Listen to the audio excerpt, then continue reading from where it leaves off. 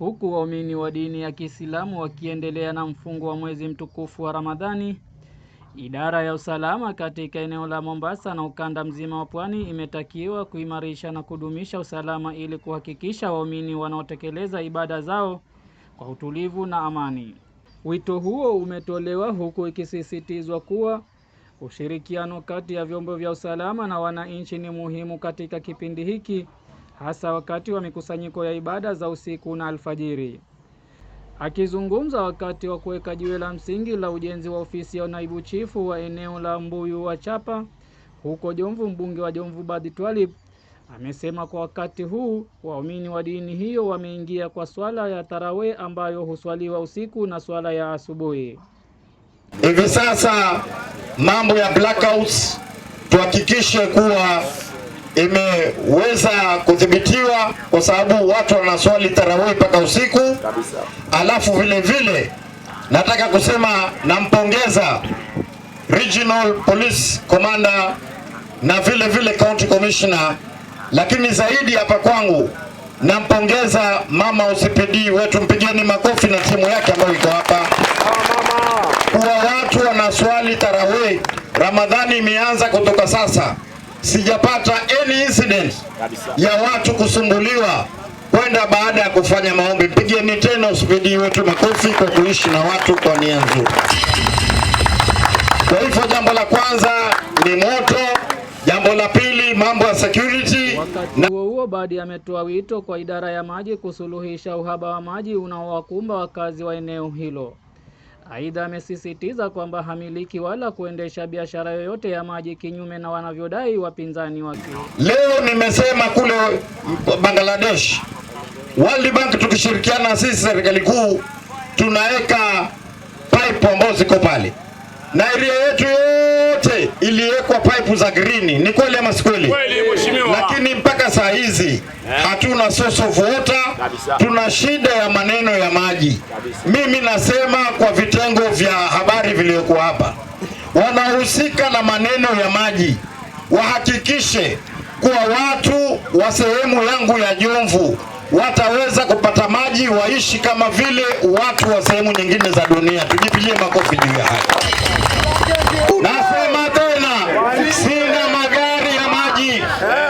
Na mimi bunge juzi nimepeleka statement ya maji. Umeona kiongozi? Umeona mamvuna? Nipigeni makofi kama kweli mnataka kudhibitisha maneno. Sasa wewe uje hapa leo useme ati sisi hivi sasa mambo ya maji sababu Mbadi. Mimi sina time ya kujibu maneno mengi. Lakini nataka nikwambie, kama wewe ulikuwa mshauri wa rais kwa miaka mitatu, huku mshauri rais jambo lolote na haya matatizo hukuyasema hata siku moja. Juzi koti limeamua maadvisor wote wa rais kwa wako nyuma kwa kikatiba kufutwa kazi huko. Hajadanganya watu hapa. Wewe huwezi kumshauri rais ulikwenda kumshauri rais kupiga viatu rangi, lakini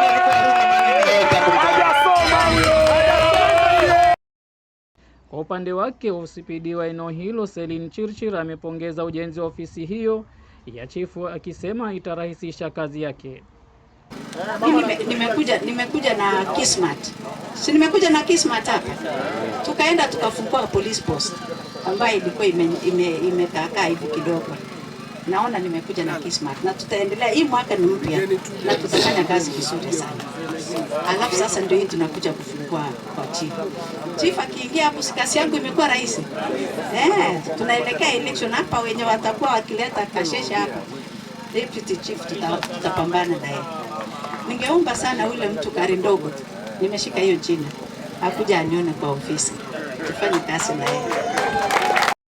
Wakazi wa eneo hilo wameunga mkono mradi huo, huku wakisisitiza haja ya vijana wa eneo hilo kujumuishwa katika ujenzi huo ili wapate ajira, kauli iliyoungwa na mkono na Badi Twalib. Si watu wa Mbuyu wa Chapa tuna furaha kwa sababu ni muda mrefu tumelilia miradi au maendeleo, lakini tulikuwa hatupewi, tumesahaulika kamwe. Lakini nashukuru mbunge wetu, classmate wangu kijana mwenzangu alikumbuka kwamba Mbuyu wa Chapa ile nilikuwa nikienda nikila madafu, nilikuwa nikienda nikilamiwa. Na nashukuru kwa sababu tumeletewa ofisi hii na hatutaweza kukosa kazi ya administration, kwa sababu watoto wetu wengi wamesoma hapa lakini hakuna kazi kamwe. Fanya kazi kwa bidii, ufanye kazi nzuri, hiyo itaonekana sawa sawa. Na kazi ile ambayo itafanyika kuanzia mwanzo mpaka mwisho ya hii kazi ambayo itaendelea pale, usitoe vijana nje. Vijana wa Mbuyu wa Chapa hapa ndio wapawe kazi, wafanye kwa wenyewe. Hapa ndani kazi ni yenu, ofisi ni yenu, kodi ni yenu, mbunge ni wenu. Kazi hii sifanywe na watu wengine. Tuta create employment, vijana wa hapa ndio wapate. Nikiripotia Bandari TV kutoka Mbuyu wa Chapa, eneo bunge la Jomvu, mimi ni Ramadhan Nyae.